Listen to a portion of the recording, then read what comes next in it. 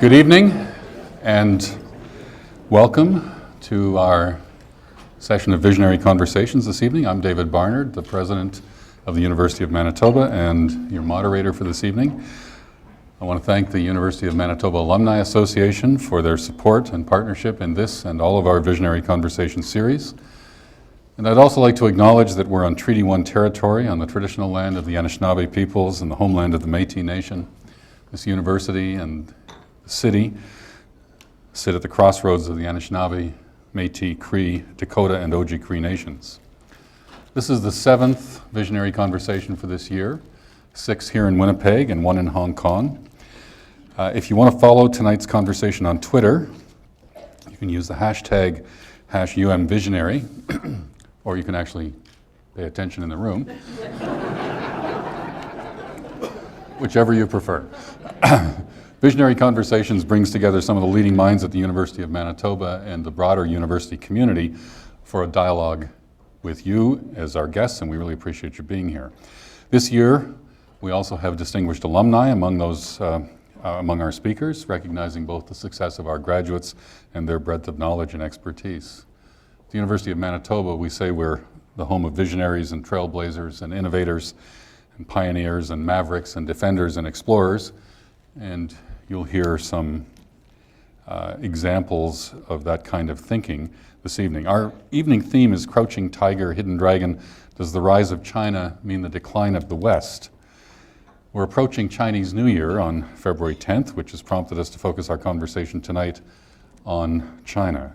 The rise of China as an economic power clearly creates opportunities for Western nations, but its impressive growth and its potential for future growth also create challenges. Our panel tonight will discuss this topic and talk about how Canada and Manitoba fit into this new reality. And as always, you as members of the audience play a key role in shaping this evening. The format for the evening will be that each of the panelists will speak for a few minutes, and some of them might use some visual images that'll be on the overhead screen to illustrate their points, and then I'll moderate a conversation, open the floor for comments and questions. We'll have some wireless microphones that will be brought to you if you raise your hand to indicate that you want to participate. And we've announced the session will end at 8:30, so it will. And just a few minutes before 8:30, I'll ask my colleague James Blatz, Associate Vice President Partnerships, to provide a short summary of the key points. So it's my pleasure to introduce our first speaker tonight, Professor Chen, who is an Associate Professor of History specializing in modern Chinese history and world history. Her research examines understandings of the Chinese state and membership within it. She's particularly interested in the geopolitical reference points used by people, states, and institutions within and outside China to make sense of the Chinese past, present, and future. Her publications consider these issues through a range of topics, including the politics of film exchange between the Soviet Union and China in the 50s and 60s, China's relationship to the Third World, and international norms around repatriation and ethnicity that emerged after World War II in relation to Chinese residents of Burma and their wartime migration. She's an active member of Winnipeg's Chinese community and recipient of a 2012 YWCA Woman of Distinction Award. Please join me in welcoming Chen.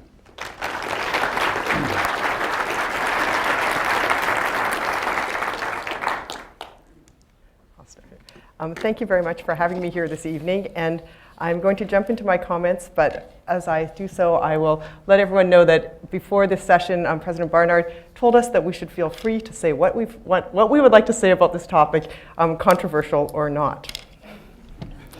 In October 2004, the Globe and Mail dedicated the entire newspaper to one topic and place, making an editorial decision that any news for that day could wait in light of the news and circulation value assigned to this special topic.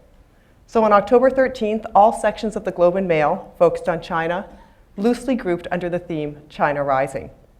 Emblazoned with Chinese characters on the front page, the intertext cautioned readers that if they could not read the phrases on the front, then they were going to be disadvantaged and possibly in peril in the days, months, and years to come. Why would a newspaper make such bold claims and take this strategy? The Globe and Mail is but one venue over the last decade or so promoting a public discourse on the rise of China. The ways in which they did it and the general tenor of the discourse might be multifaceted, but the framing of the issues tends to start from a racialized fear-mongering that allows Canadian, and one might say North American and European nationalist sentiments to direct attention away from the real question. The public discourse loves phrases such as that of crouching tiger, hidden dragon, that suggest a predatory China ready to pounce on unsuspecting and unprepared victims. This framing is one that draws on the vestiges of Cold War ideologies, a thinking in which the socialist, non-democratic state is considered irrational and working against the interests of the rest of the world.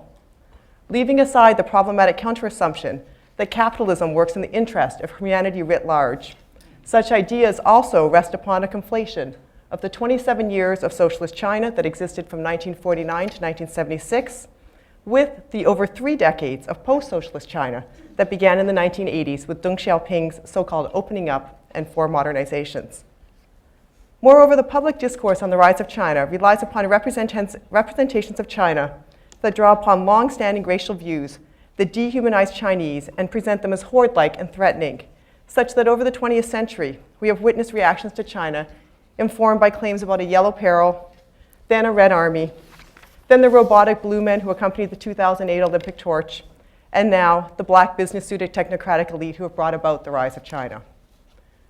I remind us that this is not the first time that the public and Asian specialists have participated in fear-based discussion of the successful economic growth of an Asian nation state. In the 1980s, the rise of Japan preoccupied many. Japan's dramatic economic growth in the 1970s and 1980s arose out of post-war reforms and policies encouraged, one might say insisted upon, by the US during the occupation period. It should be remembered that the export-oriented high-technology economy of Japan might have brought about phenomenal economic growth and wealth to the Zaibatsu. But this growth took place within a system of limited democracy and in relation to the specifics of the US-Japan military alliance. None of this curtailed an all too familiar racist reaction, particularly in the US, against Japanese as individuals, as well as against what was perceived as an aggressive Japanese capital. The Japanese penchant for buying iconic so-called Western buildings, including the purchase of the Rockefeller Center complex by Mitsubishi in 1989. This happened just 2 years after the US had declared it a National Historic Landmark, was only one of the most visible ways that much of the North American real estate industry was entwined in a system of determining value and profit, and one in which Japan participated. But Japan's participation was not praised as a mastery of a game by a so-called new player. Those speaking from North America and European locations claimed a naturalized historical affinity to global capitalism, and thus demonized Japan for excelling in this game. The rise of Japan discourse warned against the dangers of a Japanese state and Japanese capitalists who asserted themselves as rule makers alongside the dominant players in the world economy. The Asian economic crisis of the early 1990s brought an end to the rise of Japan discourse, but its basic formulation and logic did not go away. The rise of Japan is an important part of the historical context through which to discuss the rise of China. Both the rise of China and the rise of Japan and rise of China have formulated the economic success and attendant shifts in geopolitical position as threats to the West. We could spend much time within the logic of this discourse parsing out the specific threats and their relative danger. But I'm more interested in asking why economic growth and the geopolitical power located in an Asian nation state is configured as a threat. Isn't this precisely the measure of success through which we evaluate Canada, the US, and other non-Asian nation states? I would like to suggest that the allure of the rise of China discourse is that it allows us to problem solve within the parameters of the existing system. Doing this means that we can avoid critically assessing our present system, where progress is charted first and foremost through economic growth measures, and how this system then ultimately creates unsustainable consequences for the Earth and humanity. When we think about the rise of China, I suggest we need to back away from the nation-state parameters and consider the global context. The real question then becomes, how are China's phenomenal economic growth, poor human rights record, environmental degradation, and rush for construction of showcase projects symptomatic of the current global moment? Is China's push to do everything bigger, better, faster, regardless of human or environmental cost, the logical endpoint of the current global capitalist system? Whether we are seeking to understand China's geopolitical position, the bids to acquire Canadian natural resources, or the construction frenzy in Chinese cities, the rise of China only makes sense by looking at the points of interconnection with standards of progress that have become naturalized. These standards of progress are ones that dehumanize the landscape in the name of economic growth. While Winnipeggers have taken great pride in the large IKEA store and development projects that now impinge on the conservation area of Fort White, the scale of that those exist on is only a fraction of that which marks Winnipeg's sister city and China's center of Western development, Chengdu. There we see luxury high-rise buildings dotting the skyline at various stages of completion. They begin at 100 square meters, most selling for $500,000 Canadian dollars. Chinese and non-Chinese employed by global corporations are clearly the desired occupants. But how many are there looking for this type of housing, and where do those displaced for these developments live? Anything more affordable can only be found outside the city. Yet the suburbs are marked by an even more alarming development projects. Swaths of land, as you can see here, that are over 5 to 10 kilometers along each edge are marked off by fencing promising new gated communities that will house 200 to 300,000 people, or oversized industrial centers, or some combination of the two. The massive billboards advertising the new developments loom high above the newly built highways. These billboards often feature renditions of the grand scale and spatial order to be found behind the walls. For now, though, what is mostly visible is the new landscaping with repeated patterns of shrubs, rocks, and hills tastefully laid out for kilometers and carefully watered and tended. This is what has replaced the farmland and is the promise of the future that's always in constant view. So viewed from this perspective of excavated land ready for new buildings, China is certainly rising. But at what cost? The current spatial dimensions of economic development and speculative construction in Chengdu dwarfs the vestiges of socialism, including the 30-meter high statue of Mao Zedong that still stands in Tianfu Plaza. It is commonly recognized that the Great Leap Forward and the subsequent famine in China in the late 1950s and early 1960s was, in part, the result of a single-minded drive toward a specific form of economic development, in which the conditions of the present were clouded by constantly looking toward a promised future, depicted on graphs and in state-sponsored propaganda images. The conflation of future into the present meant that the problems of the present were seen as remnants of a past they were speeding away from. I have spent many years researching the theory, practices, and discourses of this period in Chinese history. But all this research cannot prepare one for the palpable feeling in present-day Chengdu that speeding past the present to the future is now operating on a much larger scale, one that makes the scale of socialist era development appear almost human in comparison. This is troubling not only for those of us who study China and the human consequences of socialism and now capitalism in the PRC. The current state of China should be a concern to all of us. So the real questions are fundamentally more troubling and difficult than determining to what extent the PRC in the 21st century is a threat to the West. Rather, we might ask ourselves if we perceive the rise of China as frightening because it is the direction that a fetish for economic growth, charted development quotas, and branded futures that obscure the present might be taking all of us. Thank you.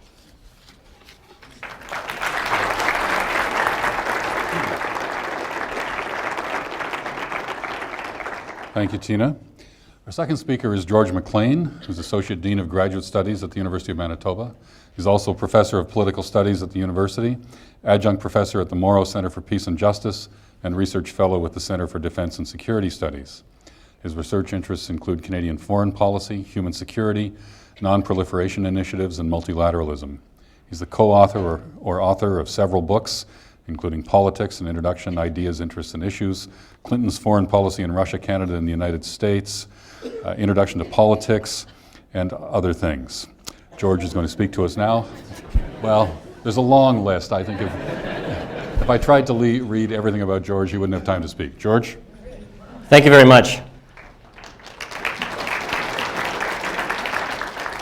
It's a real pleasure to be here this evening. I was very interested in Tina's comments, looking forward to the comments of the other panelists and obviously the discussion from the floor as well.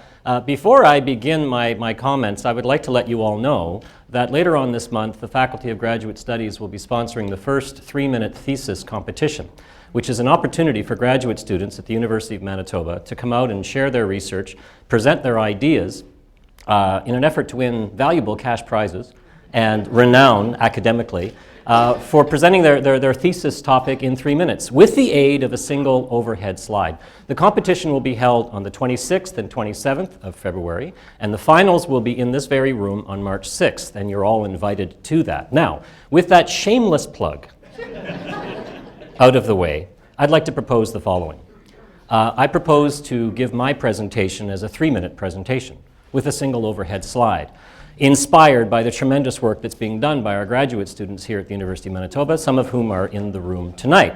So I'm going to start the timer now. It's February 6th, 2040. You've all plugged your cars in outside, but not your block heaters, rather the thin film lithium-ion battery chargers. And it's such a good thing that the University of Manitoba has all of those convenient AC outlets. UBC spent millions having to install those.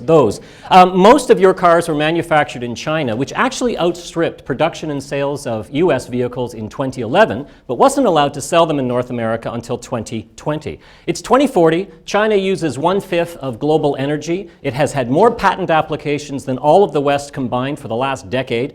It uses 1/3 of world coal, steel, and iron, and actually that's been the case since 2012.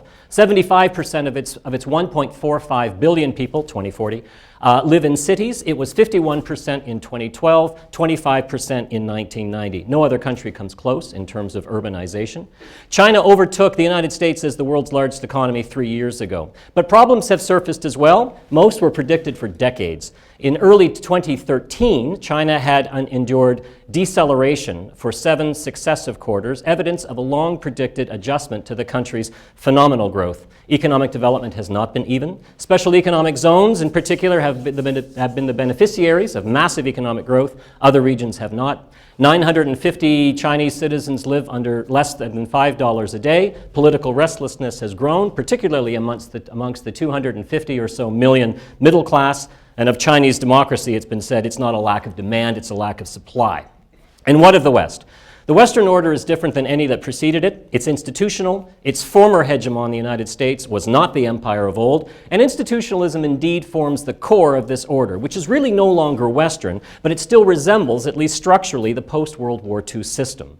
John Eikenberry said the Western order should reorient to the East. He was right. Global structured capitalism, which was thrown to the system of ungoverned capitalism in 1944 as a life preserver, has reoriented several times, first to Japan and Germany, later to regional organizations like the European Union. But China was the first that required the United States to compromise on issues like intellectual property, which has been defined more broadly, attention to human rights downplayed, a mix of government systems interrelating, China's political and cultural impact particularly noticeable in the third world, and it's been sending far more students abroad than any other country in the world, 750,000 in 2013, I would say. Talk of potential war with the United States never materialized because it was in the mutual interest of both to maintain the global economy. Multilateralism's voluntary institutional participation, not new bilateral arrangements, must be preserved for the continued rise of China.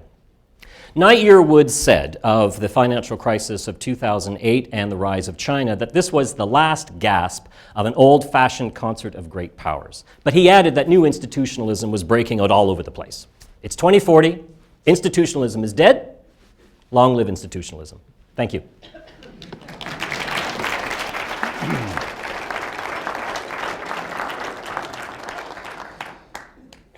I made a mistake. I could have read the book list.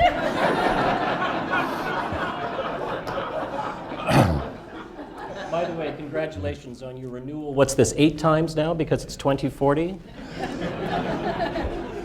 Yeah. And I still have hair.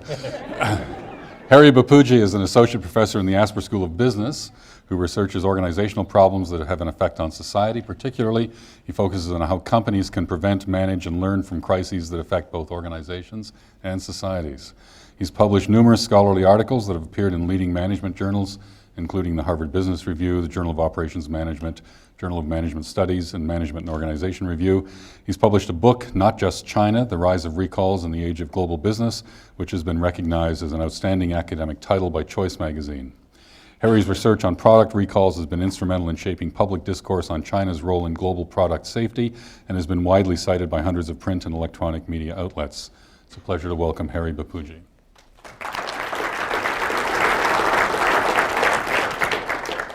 Thank you, David, for the kind introduction. Hello, everyone. Sometime back, I read somewhere that by Wednesday, people are looking for vacations. So they are searching actively for vacation. So if this is your concept of break, I must say you have very good taste. The topic that we have today crouching tiger, hidden dragon, does the rise of China mean decline of the West? It's a complex topic, but I'd like to give a simple answer, hopefully in a minute's time. And after that, we'll find a way to kill the rest 4 or 5 minutes. So let me give you the answer a bit visually. You might know that the tallest freestanding structure in the world today is Burj Khalifa, which is in Dubai, which was built in 2007. Before Burj Khalifa was built, it was CN Tower which held the record. And before that, a bunch of others, so as you can see them. I've not been to the other places, including Burj Khalifa, but I have definitely been to CN Tower a couple of times. And I can tell you with confidence and first-hand knowledge that since the time Burj Khalifa has been built, the height of CN Tower remained the same. It has not decreased. So what it tells me is that just because one is rising doesn't mean that the other is going to fall down. Okay? So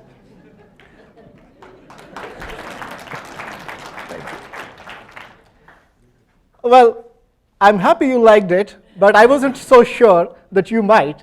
So to impress you a little bit with the hard data, I put some figures together of the GDP per capita of Canada, China, and US. As you can see the red line out there, China's GDP per capita has been rising, but look closely, the GDP per capita of US and Canada is rising too. It is not falling. So we got the answer, which is that the rise of China does not mean the decline of the West. Okay? Now that we have that answer, let's talk about my book.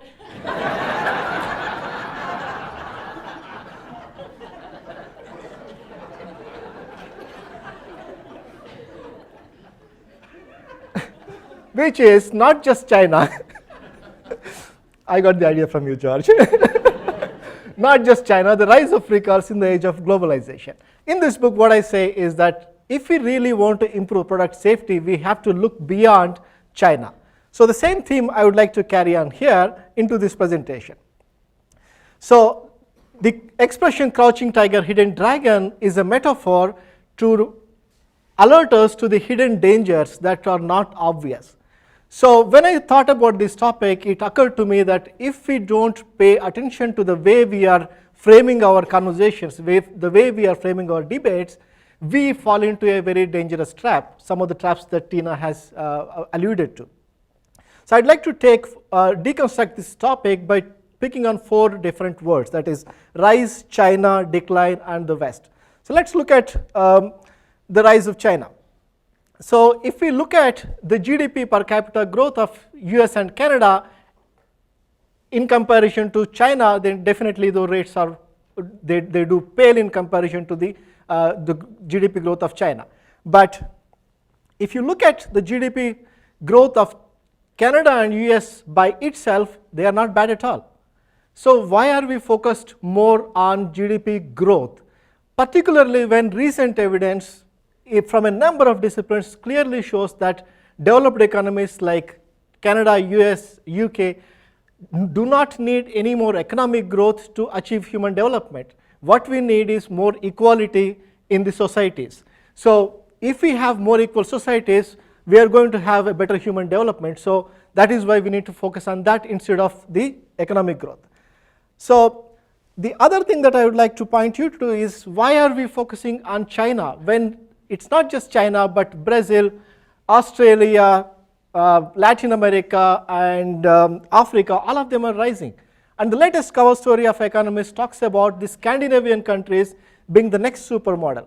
These are the ones which have not only achieved economic growth, but also have gotten social equity. So as a result of focusing on the economic equality, what they're doing is they are developing better societies. So there are, at the end of 2011, 67 countries have grown at a rate of 5% or more in their GDP. About 70 countries are expected to grow at 5% or over in the next several years to come. If you look at the countries that have grown over 2.4%, that is Canada's GDP growth, that is about 120 or 130 countries. Then why are we focused only on China? And finally, the notion of West. when you say West, we are obviously interested in it because we think Canada is part of West. But I was wondering, what is this West? Are we talking about North America? Are we talking about European Union? Or are we talking about OECD? No matter which definition you take, Canada has outperformed the average out there. So do we really need to see Canada as part of the West? So going back to the tallest freestanding record, what we see is that for a long time, for about 3,000 years, pyramids have held the record of being the tallest freestanding structure. And thereafter came the Eiffel Tower, which held it for about 40 odd years. Then Empire State Building, 30 years. If Burj Khalifa can hold the record for 10 years, they would be lucky, because buildings that stand as tall as a kilometer are going to be built in the next few years. So what this shows us is the pace of change that is taking place in the world. If we want to compete in this fast changing world and really do well, what we need to focus on is not just these divisions, not just focus on China or the East or West, or the rise or decline, or social or economic. We need to really focus beyond these dichotomies. Or to sum up in one sentence, if we want to be really visionary, I think we need to stop looking at these divisions. With that, I conclude.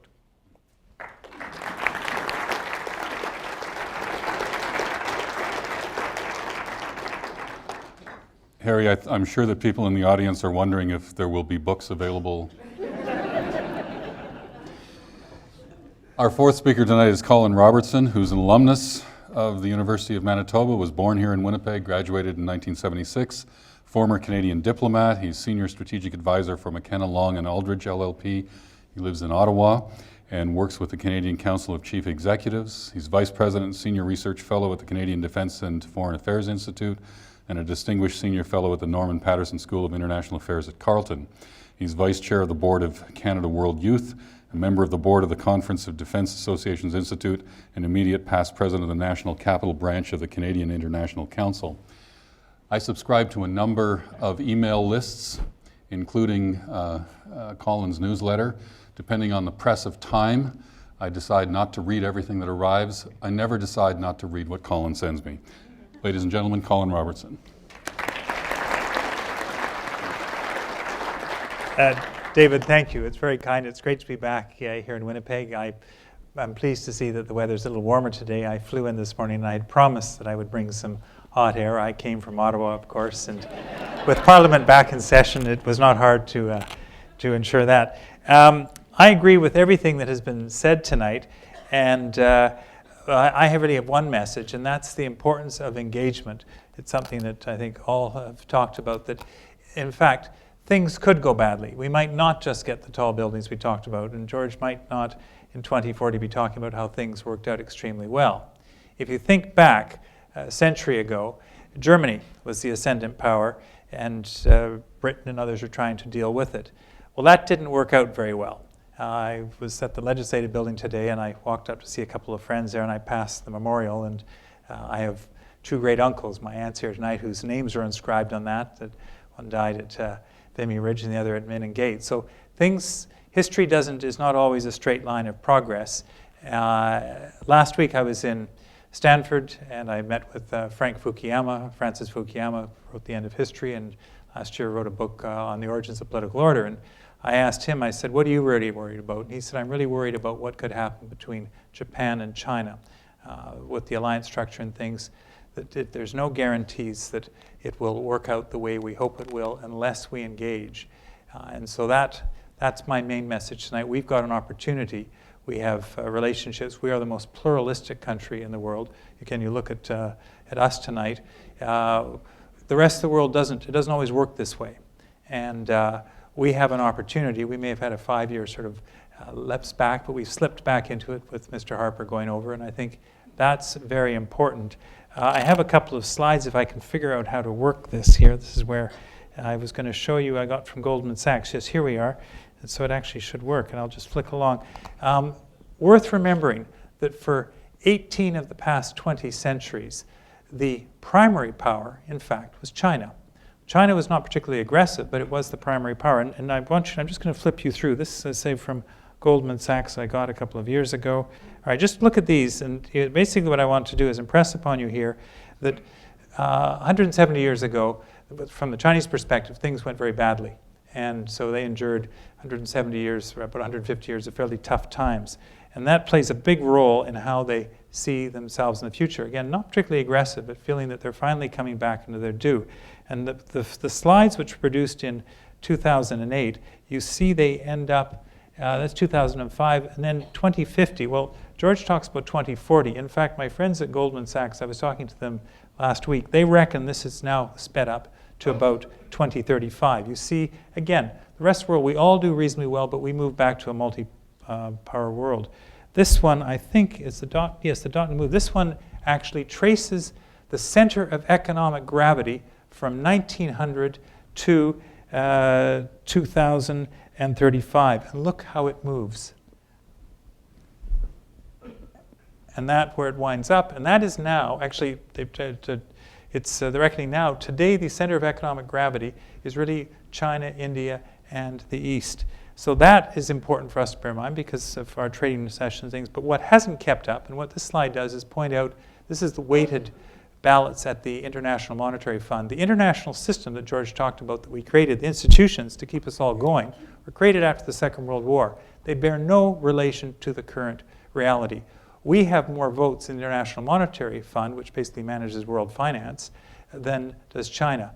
This should be fixed. If you look at who has the majority, it's, of course, you can see Britain, Europe. What is also important is China's now starting to send people abroad. Tourism is a big deal. And again, I think George talked about the number of Chinese tourists abroad. We got designated tourism status a couple of years ago, so Chinese tourists are coming here in our interest to have them come and see Canada. They are greatly interested in coming to see Canada because what tourism leads to is not just trade and investment, but also where I would like to wind up, and that's students. And the University of Manitoba, and I give President Barnard credit and his predecessors credit for bringing and making this university welcome to students. I spent 5 years in Hong Kong. I arrived just before the day the stock market crashed in '87. I was there through Tiananmen Square. And I was remarking earlier, the University of Manitoba Alumni Association in Hong Kong was the most active alumni association, more active than the one here in Winnipeg, because as David noted earlier, it was a very social club and remains a very social club, and I think part of the reason why you said the Visionary Conference held earlier this year. We have an opportunity to bring students from China to Canada. During the CNOC Nexon debate, I've been watching this fairly closely, and I talked to the Chinese ambassador. He came here after a dozen years in Australia, where his primary focus in Australia was to get access to resources. His same writ is coming here to get access to our resources. And at a time, I wasn't sure how things were going to work out. So I asked him, I said, what is it that's really important? Do you get this deal or not? And he said, turned back, and he's from Shanghai. He said, no, what's really important for us in the long term is that we create a relationship. The relationship with you and us is relatively new. We think in terms of 2 millennium. What is important is that we create the relationship. And I said, where does it start? He says it starts with bringing tourists over, and it starts with students. And students, which takes me back to how we can make a difference here at this university. Thank you.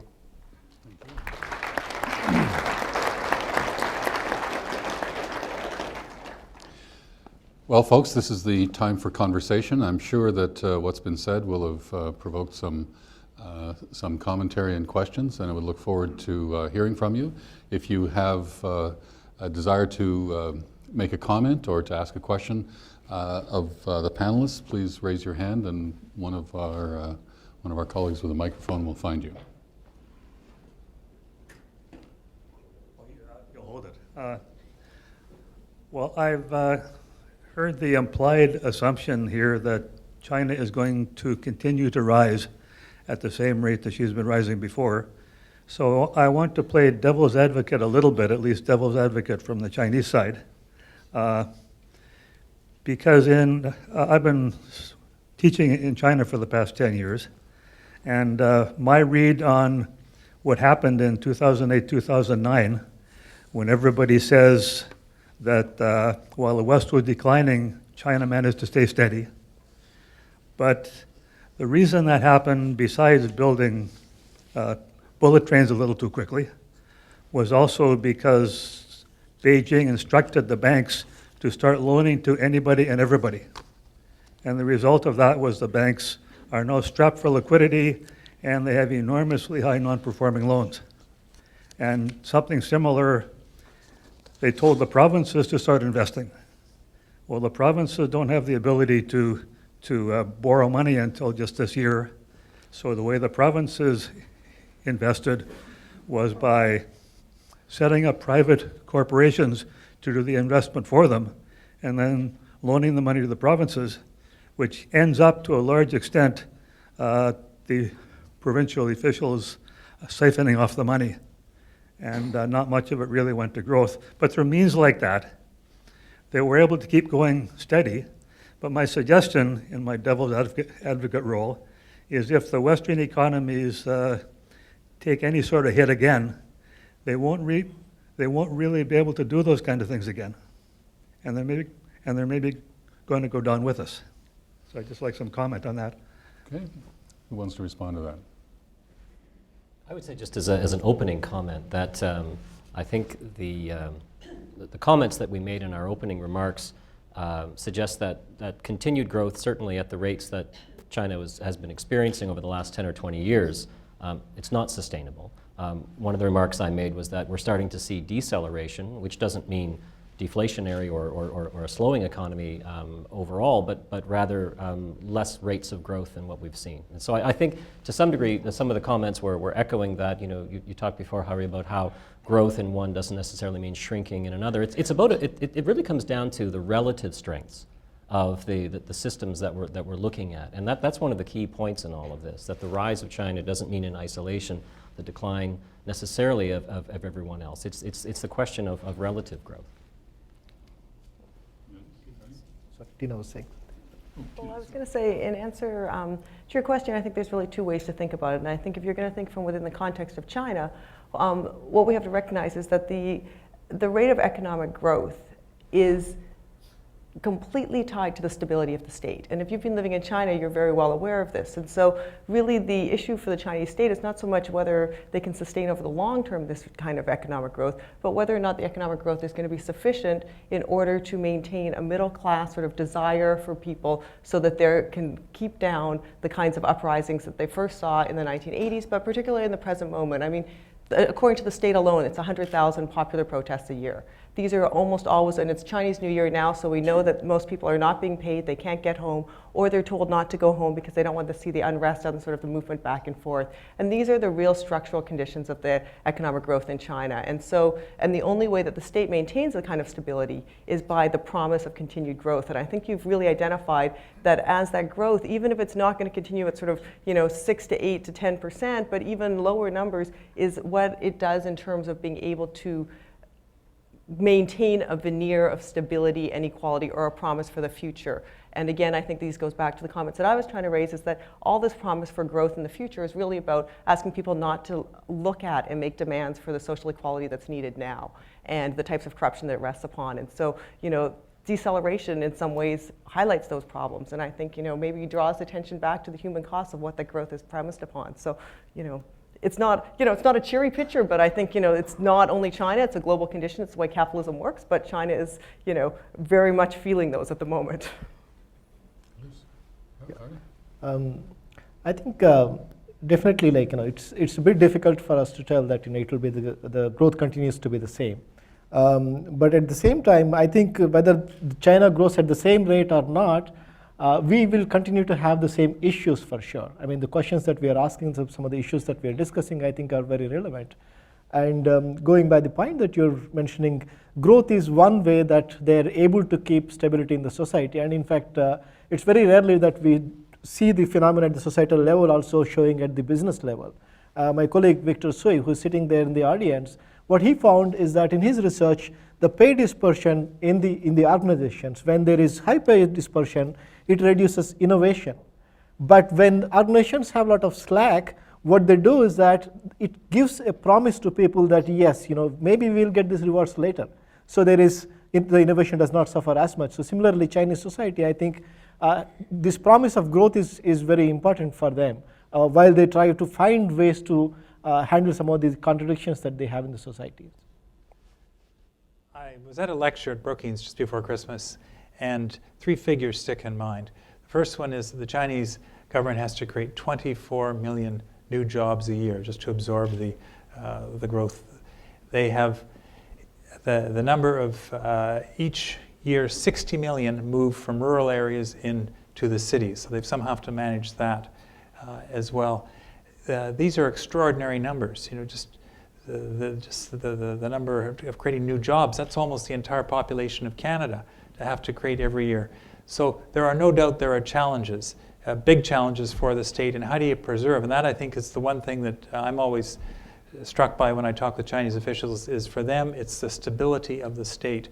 How do you preserve the order at a time of this extraordinary growth, knowing you've got these pressures, and now very difficult to contain with the creation with new technology, which they try and shut down, the Google and the Microsoft and things, but that's a big challenge.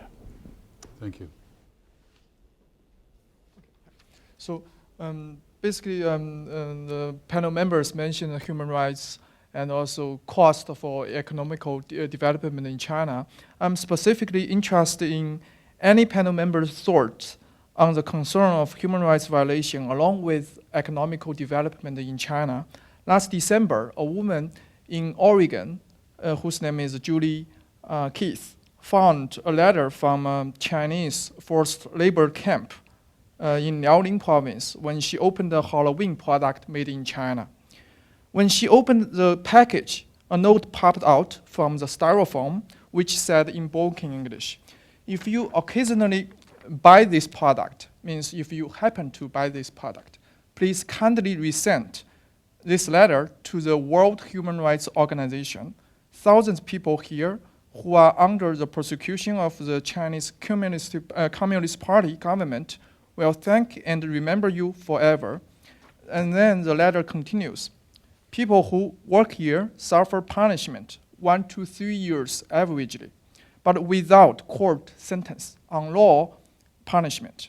Many of them are Falun Gong practitioners who are totally innocent people only because they have different belief to CCPG, means a Chinese Communist Party government. They often suffer more punishment than others. According to the letter, they are made to work 15 hours a day, 7 days a week, or else they face torture or beatings. And also, they only get around 10 yuan per month, equivalent to 1.6 Canadian dollars per month. So Julie basically took a picture of the letter and put on her Facebook page. Her friends were shocked, and this brought to the attention of Amnesty International. So this case, along with other reports of human rights violation, somehow stimulates me to think that the Chinese Communist Party state is taking fast economical growth, but at the expense of sacrificing ethics and human rights. So my question is, what are the implications to the Western world? Already had some comment on that. Tina, do you want to start? Yeah, well, I mean, I think you've identified the kind of crux of what the new Chinese economic growth since the 1990s has been all about. So if we think back to kind of when China came to its fullest embrace of the contemporary global capitalist world, that is a neoliberal world, it happens in 1992. And it's a very explicit policy. It's in response to 1989 and the Tiananmen Square massacre, in which the state decided that it was not going to sort of concede to any of the demands for democratic and political reform.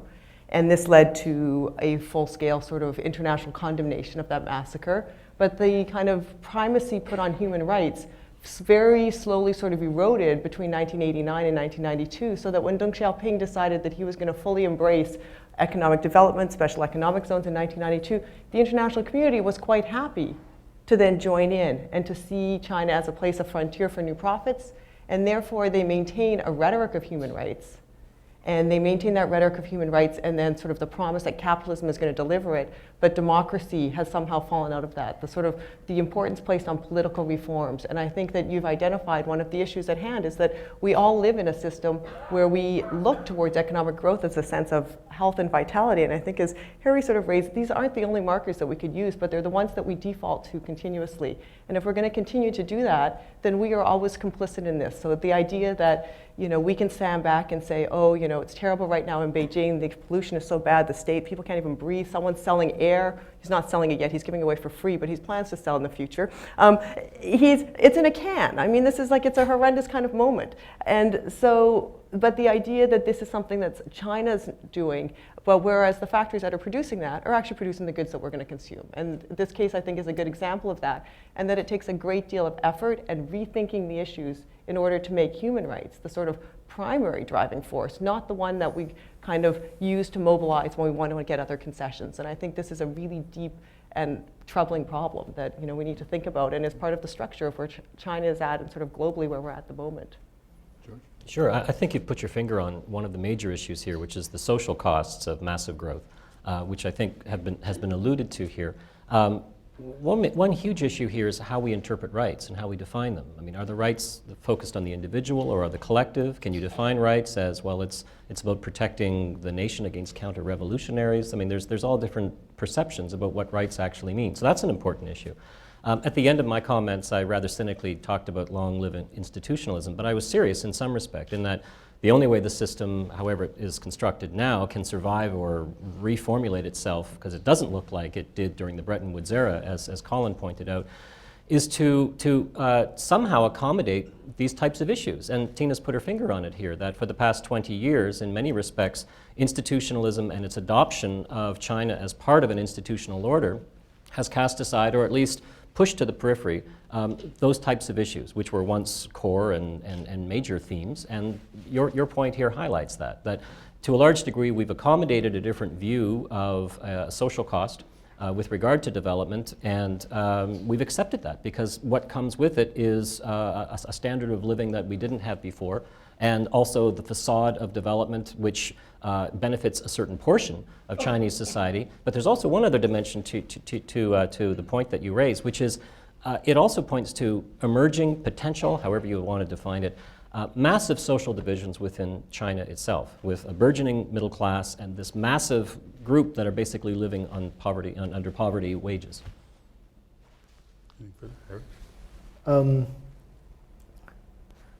Human rights is definitely one of the contentious issues when it comes to China. I don't really support what China does or what happens in the name of the development.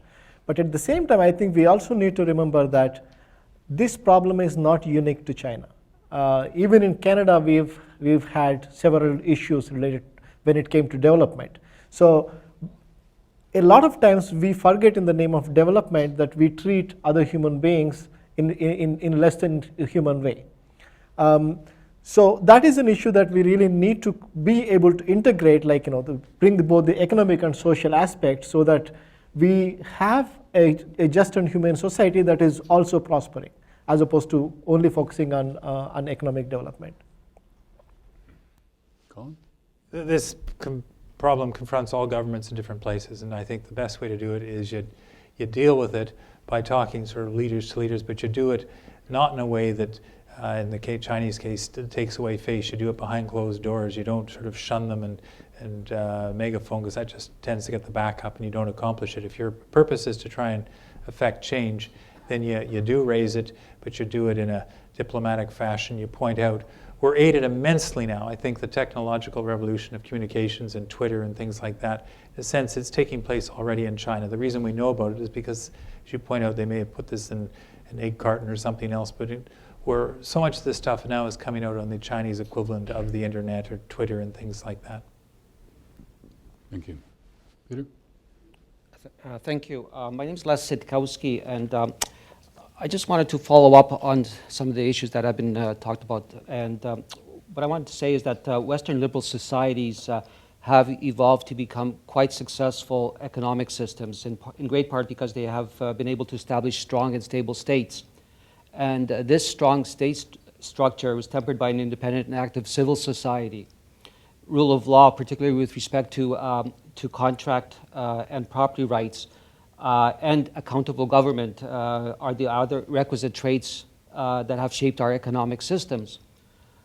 China, as we all know, has a strong state, but its civil society lacks independence. And rule of law, for the most part, is very rudimentary. The elites, particularly in the provinces, do not seem to be constrained by rule of law, and the concept of accountability seems to be alien to them. So in light of these factors, do you think that China's economic rise can be sustainable in the long term? We've had some comment. Sure, no, I don't. I think successful states, I mentioned Francis Fukuyama recently, and I think that he argues, and I think quite rightly, you end up with a central authority. You have institutions that George has talked about, the importance of it, but you got to have the rule of law.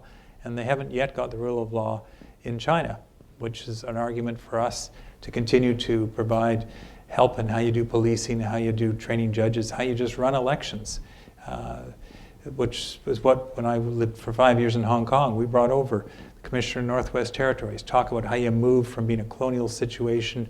We talked about the practical side. We brought over the Commissioner of our Chief Electoral Officer. How do you run elections? There is an appetite and interest for that. Not everywhere, but there's an appetite. We can be helpful by pointing them in the right direction. Ultimately, the people have to take it up themselves, and I am confident that they will get there, partly as a consequence of economic development, because once your belly's full, then you start worrying about your kids and their education, you want to get garbage pickup, and you want good health care. And that inevitably leads you to some degree of representative government. Tina? Well, I appreciate your comments, and I think identifying certain characteristics, particularly civil society and rule of law, are very important in developing a stronger society. But I think it's also dangerous to think of China and the strength of the state and the type of state that operates as having not changed. And I say this because the types of reforms, first of all, that China underwent in order to be able to join the WTO, the World Trade Organization, were substantial. Most of those were geared at economic and legal reforms that would create the infrastructure and the kind of networks that would enable joint ventures to happen. And so that's the beginning place. But as with the increased instability and social instability in China, the government has actually moved forward. There are village level elections. These are things that the government undertakes on a regular basis to sort of create new levels. There is a huge ongoing debate about the extent of civil society, particularly in urban areas, but also to think of the way that community activism takes place across sort of rural communities. These are all actually part of the reality of China. So for us to kind of sit back and say, China still looks like it did, or no one has any rights, I think forecloses the possibility of actually engaging with how that society needs to sort of move forward to create a more democratic society and practice. And I think what we're looking for are democratic practices. And so the question about whether the state's huge emphasis at the current moment under Xi Jinping for tackling corruption is an identification of the problems with the sort of provincial level and municipal level elites. But they are singled out, and they are executed on a regular basis. They can be at the mayoral level. They are high-ranking party cadres who sort of move through the system. They get identified as having been a problem.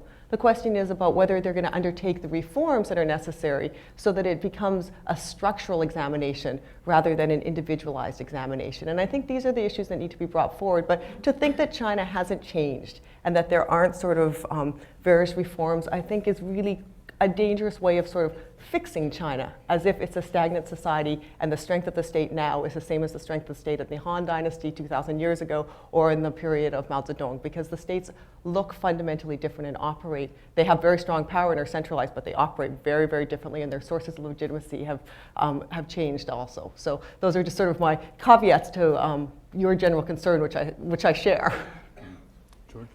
I think you make a great point, Tina, about change and recognition that massive change has taken place.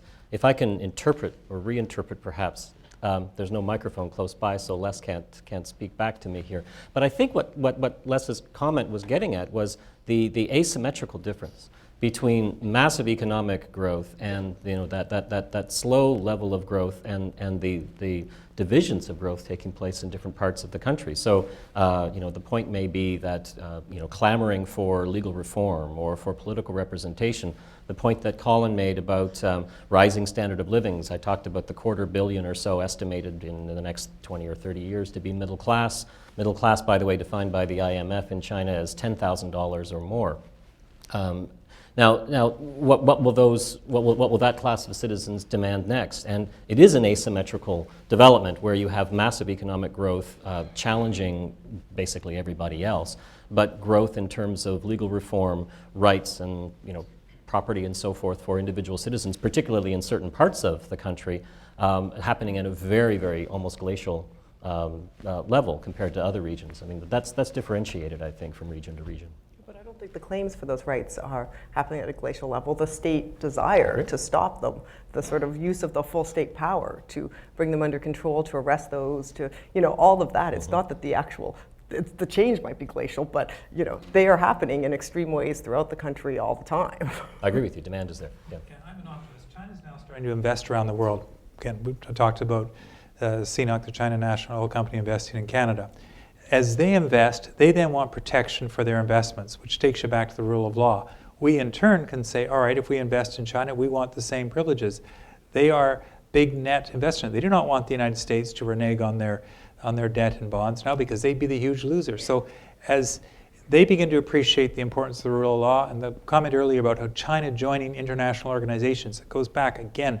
China engaged China in essentially a framework which we created because it works pretty well, but then updated appropriately, as with the IMF and others, so that China truly does feel a realistic partner, just as you would argue, as I would say, bring in India and Brazil as well.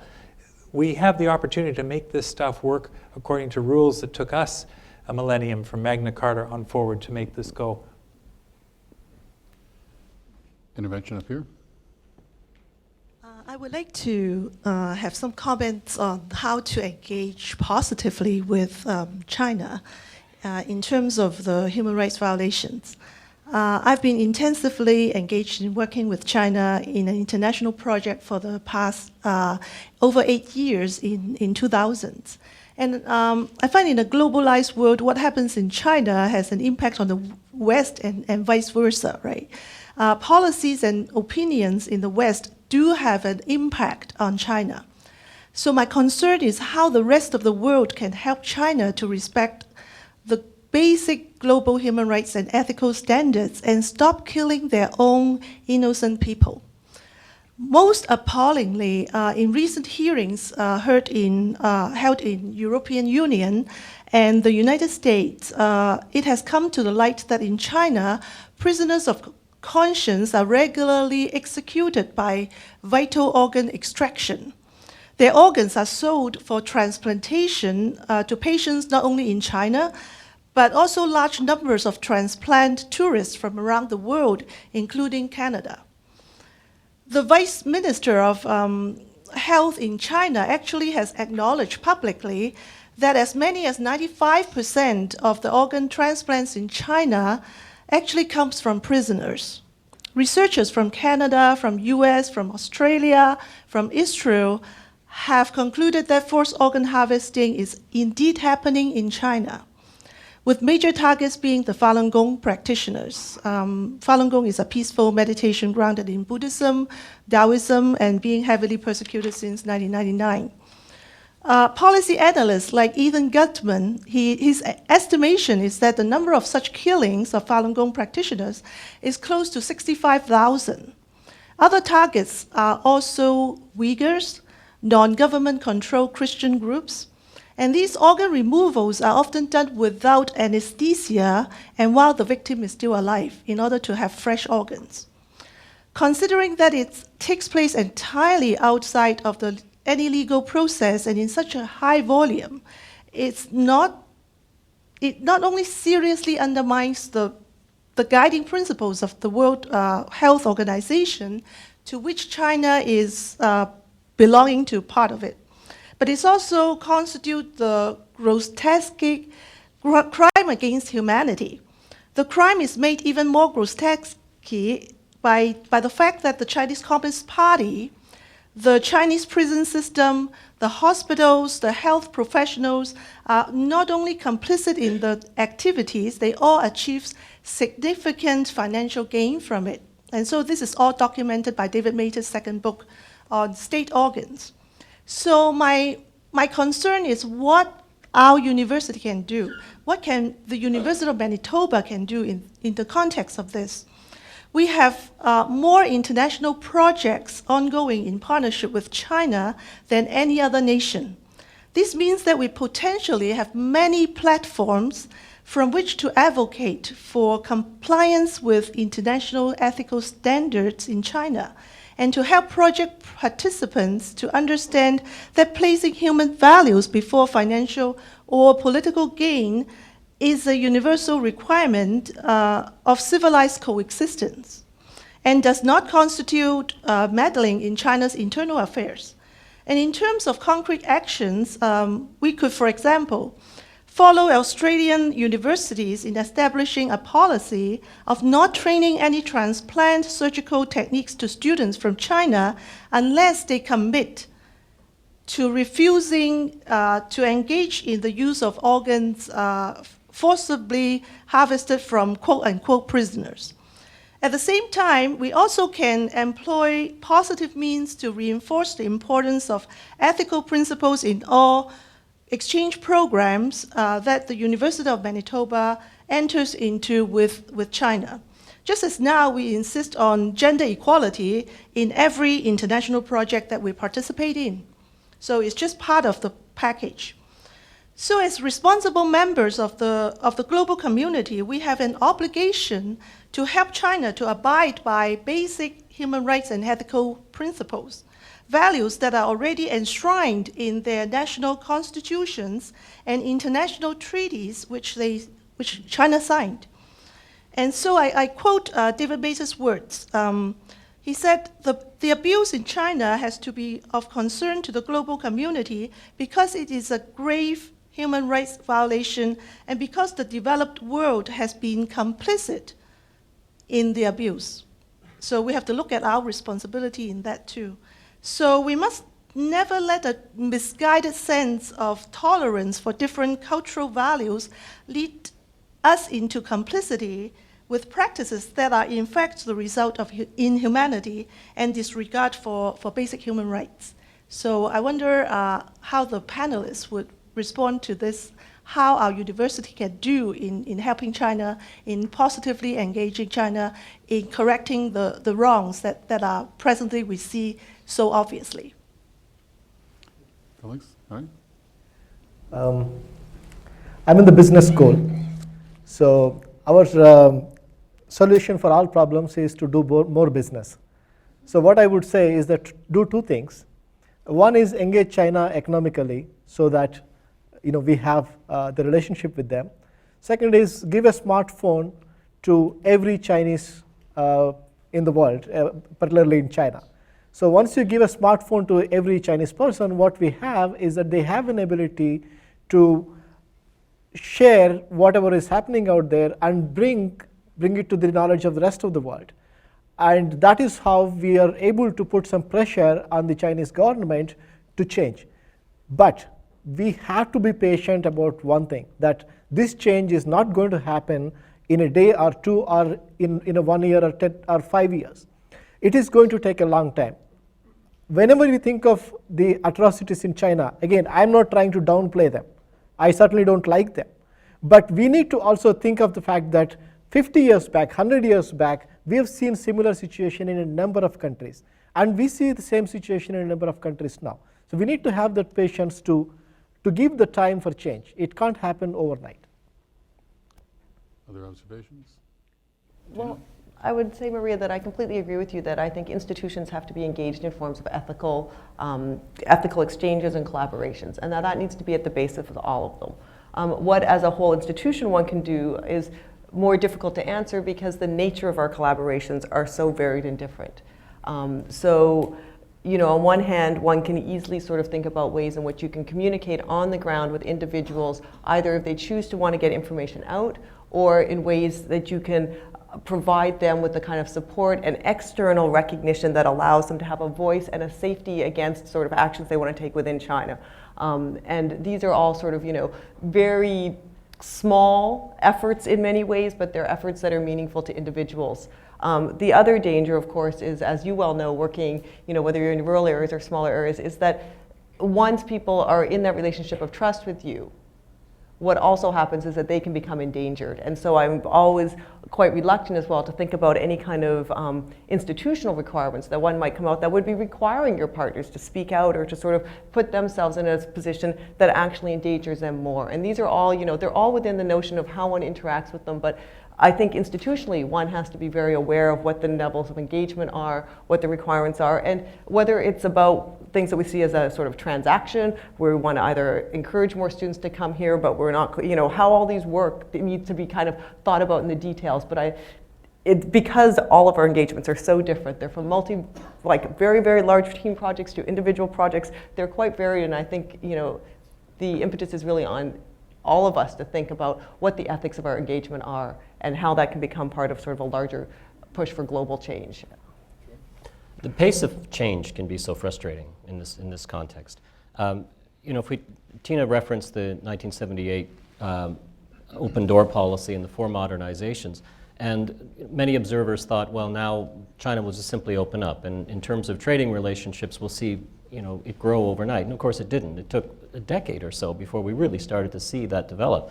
And then inconveniently came the Tiananmen Square massacre, and no one really knew what to do at that point. What do we say about human rights? And we realized it was quite clear that the congruence of the interest of working with China as an economic partner, and then the costs of dealing with China as an actor that thought of social policies and rights differently, was suddenly coming head to head.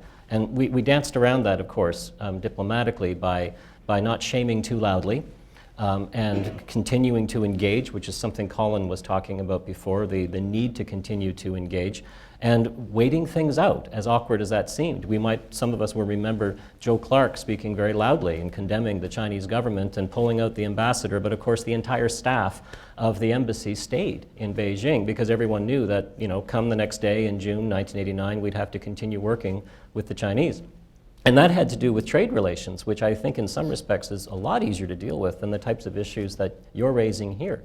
So the time frame is, I think, going to be eminently frustrating because we're not going to see responses immediately, and the response, like yours, will be, well, then why are we continuing to deal with a state that appears to be so antithetical to the values that we hold in the West? I guess the long-term goal is, if it's going to be engagement, then it's going to take time. And that's not a satisfactory response, I know, but expecting anything else, I think, would be unrealistic. I wanted to ask about the federal decision on investment in Canada from China, but also from other similar countries that have sovereign state or state-sponsored funds. The Nexen decision, it seemed to me, had 2 parts. One was a green light to the Nexen investment, but then the second part actually laid down some very clear restrictions that hadn't been clear before, which said certainly there wouldn't be similar acquisitions allowed in the oil sands in the future. And in other sectors, investments of that kind would be weighed on the basis of the degree of concentration, the degree to which the funder or the investor was actually essentially an arm of the state, issues of reciprocity and so on. So it seemed that in the future we were kind of playing it down the middle, and that's now the go-forward policy from the federal government. Did we get that right? Do people feel that was the appropriate decision? Yeah, I think we did get it right. I think there's still a trapdoor for us to both accept or turn down. I think what we will perhaps see more of in the future will be provincial government involvement, as we saw on the potash decision in Saskatchewan. And I think that's right, because it's ultimately the provinces who play a key role in administering how these things are done within their province because of the shared responsibilities. But I think the mindfulness of these sovereign wealth funds, how to do them, they're a new entity. How do you deal with it? We want investment.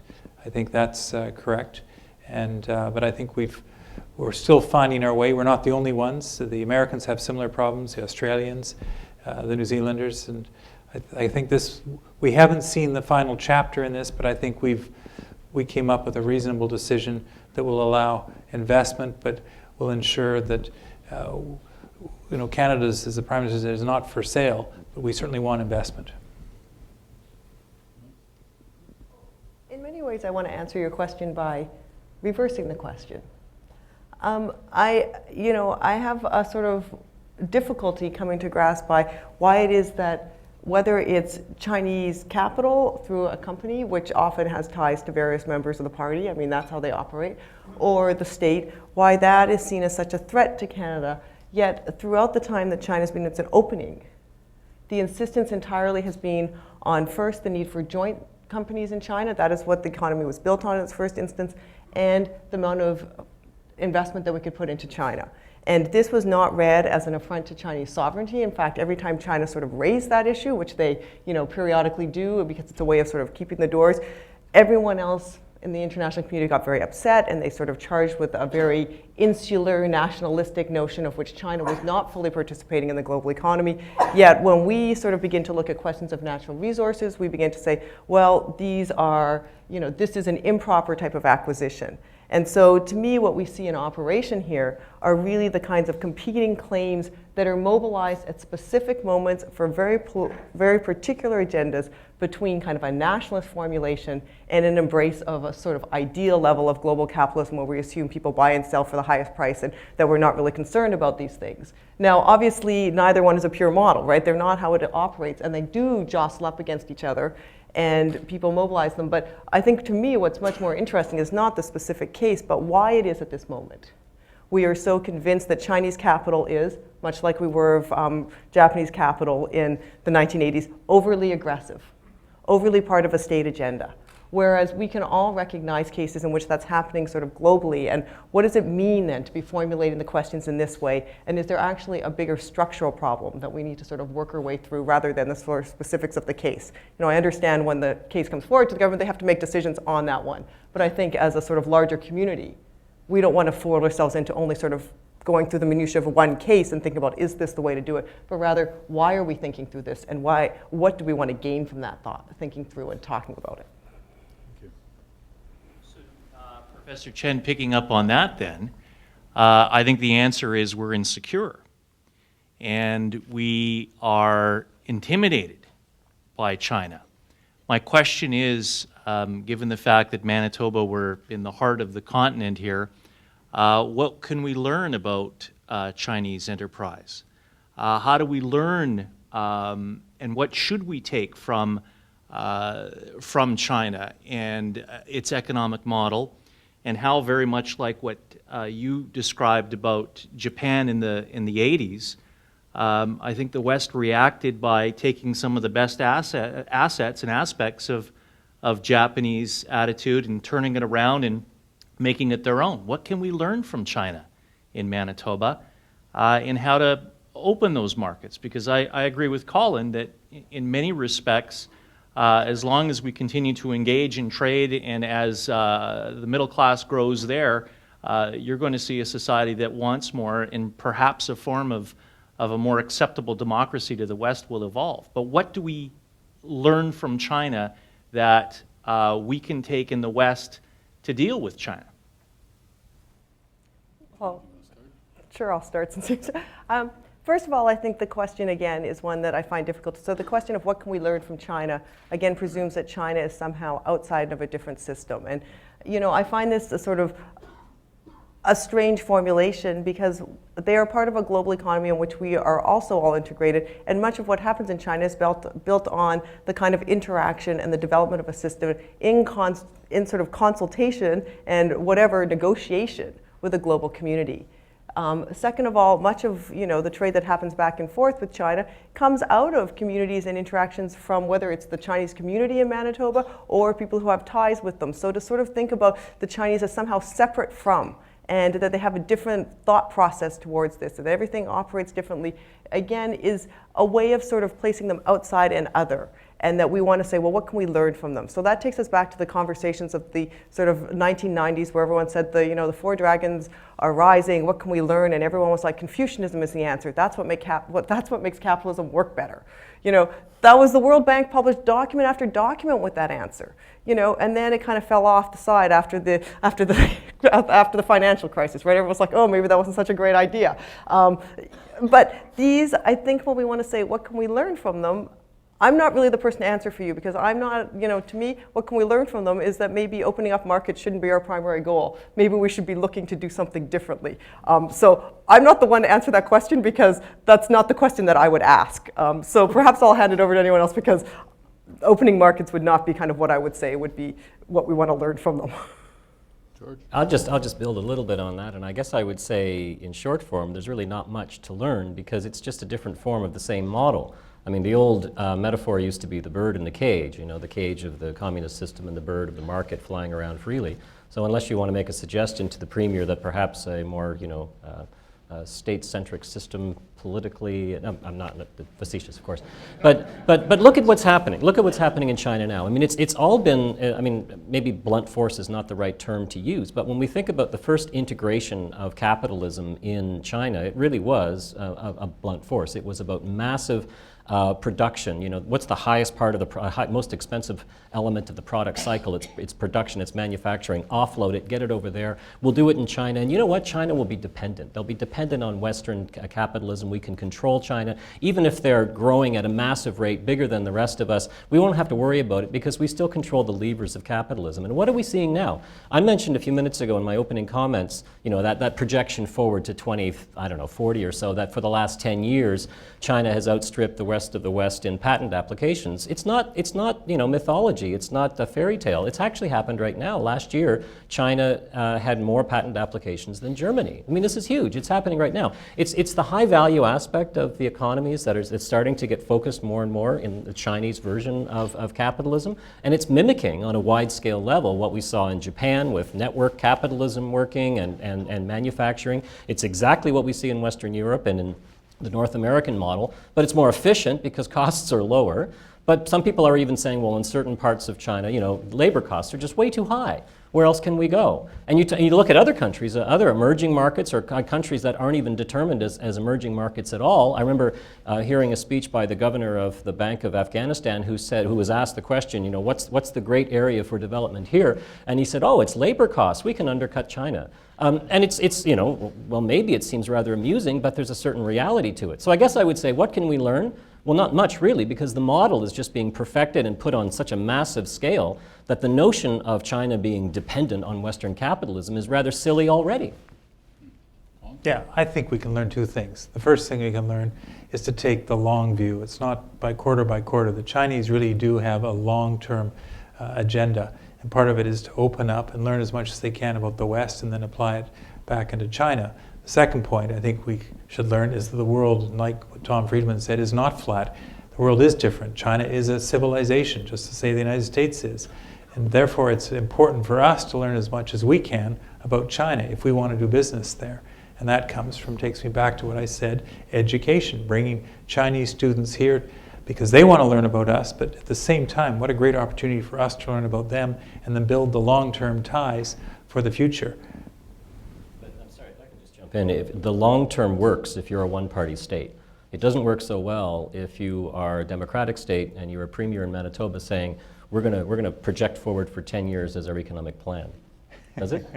When you've got an election coming up. I mean, yeah, I do think we sometimes make a big mistake by simply looking quarter to quarter. I think that China, we talked about their economic development, building the trains and things. Yes, they've got problems, but they have taken a long-term view of where they want to go. And I think our forefathers took a longer-term view about building institutions and building universities.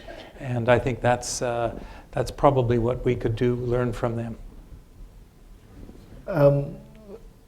Well, I think we can learn two things, well, actually three, from China and countries like this. One is that we have been invested in our technologies, our systems and all, whereas the emerging economies, they have not been invested in technologies. So they are exploring technologies and institutions and systems in a way that we are not in a position to do. So we can learn, one is that how do we explore new areas? That is one thing we can learn. Second thing we can learn is the Chinese efficiency. And also the efficiency of a number of emerging economies. For a long period of time, these are the civilizations, these are the countries which have done more with less resources. So how do we do more with less resources? That is the efficiency, is the second thing that we would like to learn. And the third thing is I think we can also learn from Chinese parenting a little bit, so that our future citizens will whine a little less and work a little more.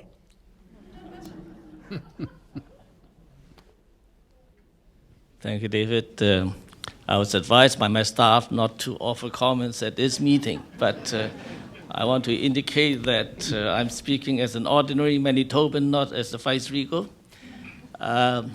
Basically, I want to share some of my experience with you when I went to China quite a few times the last several years, and have spoken with some Chinese high-ranking officials why China has adopted all these new policies the last 20 years and turn over the economy to almost like 5,000 folks.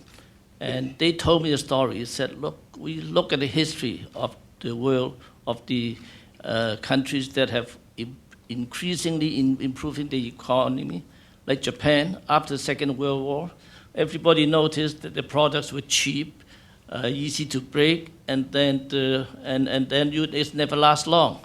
But now they've transformed the product into expensive and then long-lasting and very good high-quality products.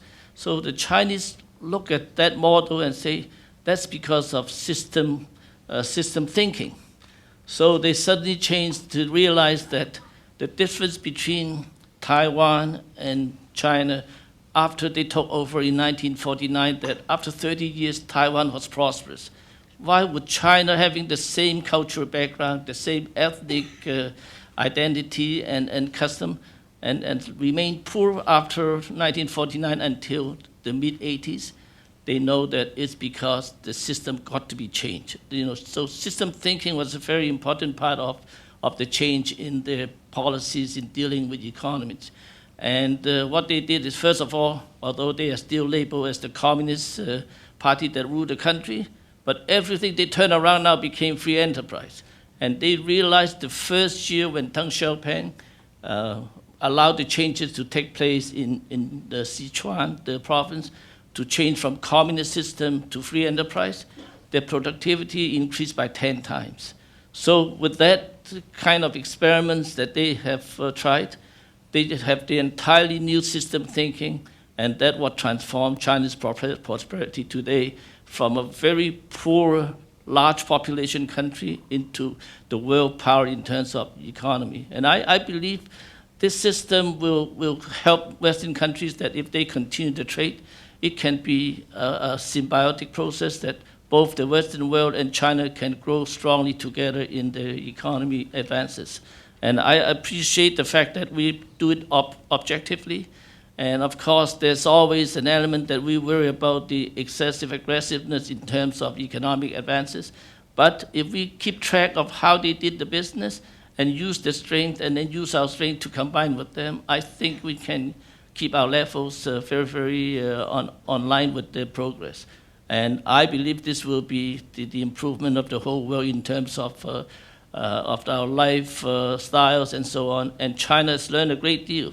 And they told me that actually, Mr. Lee, that all our new generations of leaders in our government now, we're all trained from overseas, some from Princeton, United States, from Paris, from London. And so they all have our system thinking in the Western world. So that's what I want to share with you. Thank you for that. Anyone want to respond? Oh. So we'll take one last question from up here. Yeah, I'd just like to hear the panel's thoughts on Chinese foreign policy challenges going forward, specifically the complicated relationship with Japan and its continued support of North Korea. Colin, do you want to start? Well, it's something we should all be concerned about. And I think the fact that China is engaged, that bringing them into multilateral institutions and working with them, for example, the six powers working on North Korea and containment of nuclear proliferation and what's going on in Korea, that's a good thing. Working with China around India, around Japan and the islands, I think that's an important thing. It's not just with Japan that China has challenges, it's the Philippines and Vietnam and others. It's going to take a lot of attention, and it takes engagement, and I think it makes the the argument why we have to be there and why we work with the Americans, and just being there and talking to them and seeing this through. Nobody has an interest in seeing this stuff go off the rails. George? I think that aside from trade issues, the foreign policy topic is probably the most important one for the issue of multilateralism, which I referenced in my opening comments. Engaging and keeping China within multilateral institutions is going to be the most effective way to maintain any type of dialogue with regards to foreign policy. I think what we're seeing right now with regard to Chinese foreign policy is it's a shift. I mean, there's always been this assumption that China, is somehow content with or is moving towards, the sort of regional great power, but it doesn't really have designs on sort of a global reach in terms of its foreign policy and defense policy. And of course, that's changing. Massive advancements in terms of its naval power, projecting force beyond the region. The issues that Colin mentioned and others as well. We referenced Taiwan earlier. The fractured relationship that emerged over the last decade with the United States, which has been mended to some degree, perhaps mending as well in terms of relations with Canada. I come back to the point that I made in my comments at the outset, and I think has been sort of a thread through all of these remarks, not just my own, which is engagement, multilateral institutional behavior, ensuring that China isn't thinking it ought to or can go it alone with regard to foreign policy is as important as keeping it in the camp with regard to trade relations. I would just say finally that I think the situation with Japan, of course, is one of the most volatile, and it's really, again, goes back to the first question about the questions of stability within China, because when there's instability, the kind of fallback often for the state is to fan nationalist flames, and the anti-Japanese sentiment is very much part of that. It's part of the long national narrative of the People's Republic of China, and particularly its struggle against Japan. And I guess one of the things that I see within that is that this is not really just about China and Japan, although these are the two countries that often sort of the wartime memories are very entrenched and they're mobilized very much and sort of the interest of a strong state, but they're also at the core of some of the new relationships that China is forging across Asia. So whether it's the China-Burma relationships or other relationships of other countries that were also occupied by the Japanese that then act as ways of consolidating that and producing sort of a sort of growing circle of certain ways of viewing the world and the ways in which the nationalism should be mobilized to sort of reconfigure the geopolitics of the region. And I think so it's not just about China-Japan. I think there's actually a lot more that's going on in that framework that makes it more complicated and even more volatile. All right, last word. I think it's good that China is engaged with North Korea and other countries with which a number of Western countries are not able to engage. But when it comes to the foreign policy issues or like some of the anxiety that we have about China, I think we need to really look at, definitely China has the largest military in the world, but how many armed conflicts has China been involved with over the years? So we need to really look at the data to get a sense of why we have this anxiety. And the number of armed conflicts or number of wars that China has waged is not that high, why do we have this anxiety? So what I would say is that look into the data, look into the evidence as to what China has done in the past to see what might happen in the future with respect to its foreign policy. Thank you. I'm going to ask James Blatz, who is one of the associate vice presidents in our research and international office, to provide the concise summary of everything that's been said tonight. Thank you, President Barnard. I can assure you I'm not selling a book and I'm not vying for the 3MT championship. So good evening, ladies and gentlemen, and thank you to the panel members for sharing their views in this visionary conversation. It's interesting to note that the varied opinions regarding the balance between economic growth in relation to global responsibilities to human rights and environmental stewardship are considerable. Further exacerbating the challenges are the interests of other nations in engaging with China in economic interests and at the same time not clearly examining the consequences in light of their own domestic development and social expectations. The human rights considerations at all levels are clearly front of mind in the discussions this evening. This has been an excellent conversation, and the interaction and interest shown by the audience clearly reflects this. Thank you again to the panel members, and back to you, Mr. President. Thanks, James. And I would also like to thank the panelists and all of you. I think it's been a particularly lively conversation. Thank you for coming and being part of it. We'd hope to see you again on Wednesday, March the 20th, here in this same room. Our topic will be the arts, foundation of a vibrant community. As was the case tonight, we'll begin with a reception at 6:30 and the visionary conversation to follow at 7. So thank you for coming. We hope to see you again soon. And please have a happy Chinese New Year. Gung Hai, Gung Si, Fa Cai. Close enough?